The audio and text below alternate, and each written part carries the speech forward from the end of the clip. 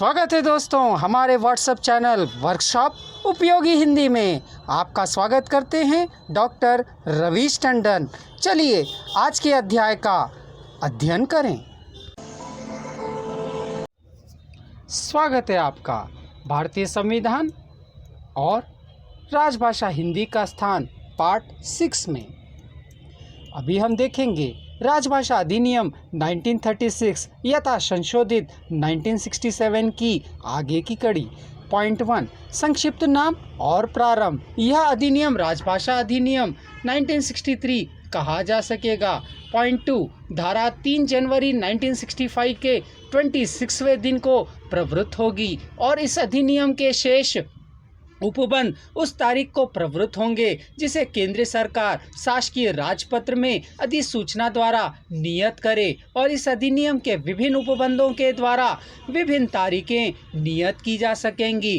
Point 2 परिभाषाएं उस अधिनियम में जब तक कि संदर्भ से अन्यथा अपेक्षित ना हो। ए नियत दिन से धारा 3 के संबंध में जनवरी 1965 का 26वां दिन अभिप्रेत है और इस अधिनियम के किसी अन्य उपबंध के संबंध में वह दिन अभिप्रेत है जिस दिन को वह उपबंध प्रवृत्त होता है। बी हिंदी से वह हिंदी अभिप्रेत है जिसकी लिपि देवनागरी है। पॉइंट 3 संघ के शासकीय प्रयोजनों के लिए और संसद में प्रयोग के लिए अंग्रेजी भाषा का रहना।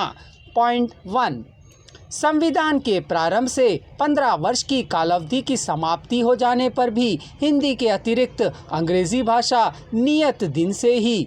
पॉइंट ए संघ के उन सब राजकीय प्रयोजनों के लिए जिनके लिए वह उस दिन से ठीक पहले प्रयोग में लाई जाती थी तथा बी संसद में कार्य के संव्यवहार के लिए प्रयोग में लाई जाती रह सकेगी परंतु संघ और किसी ऐसे राज्य के बीच जिसने हिंदी को अपनी राजभाषा के रूप में नहीं अपनाया है पत्रादि के प्रयोजनों के लिए अंग्रेजी भाषा प्रयोग में लाई जाएगी। परंतु यह और कि जहाँ किसी ऐसे राज्य के जिन्होंने हिंदी को अपनी राजभाषा के रूप में अपनाया है और किसी अन्य राज्य के जिसने हिंदी को अपनी राजभाषा के रूप में नहीं अपनाया है के बीच पत्रादि के प्रयोजनों के लिए हिंदी को प्रयोग में लाया जाता है वहाँ हिंदी में ऐसे पत्रादि के साथ साथ उसका अनुवाद अंग्रेजी भाषा में भेजा जाएगा।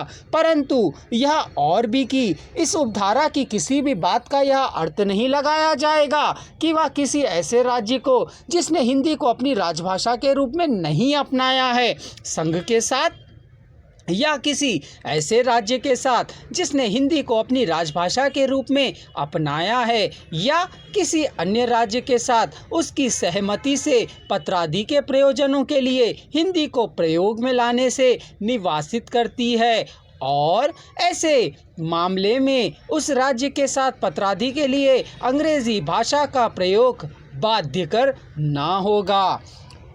2 उपधारा 1 में अंतर्विशिष्ट किसी बात के होते हुए भी जहां पत्रादि के प्रयोजनों के लिए हिंदी या अंग्रेजी भाषा।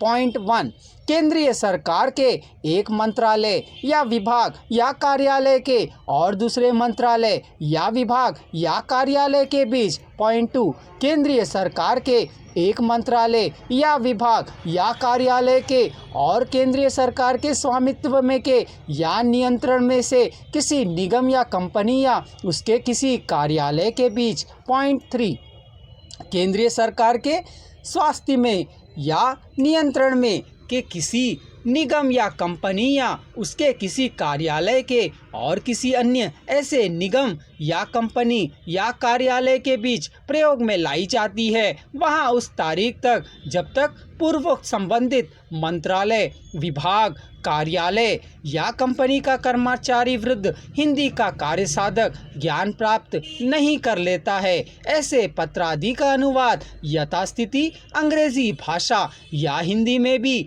दिया जाएगा। चलिए दोस्तों अगले चैनल में इसकी आगे की चीज़ देखते हैं।